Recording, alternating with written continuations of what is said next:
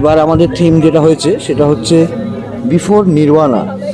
নির্বাণা স্টেটে যাওয়ার আগের যে মুহূর্ত, বুদ্ধ যখন ডিপ মেডিটেশনে ছিলেন, সেই স্টেটটা। এটা আমরা দুটো জায়গার বড় বুদ্ধর থেকে ইন্সপিরেশনাল অবস্থা থেকে পেয়েছি। একটা হচ্ছে চায়নার লেসান, এটা হচ্ছে চায়নার লেসান জায়ান্ট বুদ্ধা, যেটা সিচুয়ান প্রভিন্সে রয়েছে, মাইথ্রেই ফেইথের ওরা।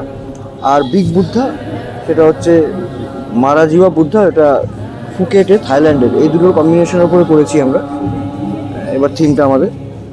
আমাদের খুব মনে হয়েছে যে লাস্ট 2 মাস ধরে গোটা বিশ্বে এবং বাংলাতে অবশ্যই যে ধরনের অশান্তি অরাজকতা চলছে এবং কারোর মনে একটা শান্তি নেই, এবং ওই শান্তি পাওয়ার জন্য একমাত্র রাস্তা আমাদের মনে হচ্ছে বা কিছু, সেটা হচ্ছে ডিপ মেডিটেশন। মেডিটেশনে গেলে মানুষ তখন কিছু খারাপ চিন্তা আনতে পারে না। এত খারাপ ঘটনা ঘটে সেটা চিন্তাধারার ওপরে।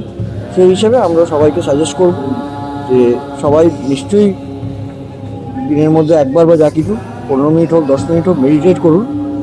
কারণ বুদ্ধর মেডিটেশনের উপরে অনেক অনেক কিছু লুকিয়ে আছে, যেটাতে শান্তি ফিরিয়ে আনবে, ট্র্যাঙ্কুইলিটি ফিরিয়ে আনবে, আমাদের হারমোনি ফিরিয়ে আনবে। তো সেই জন্য আমরা এই থিমটা এবার করেছি।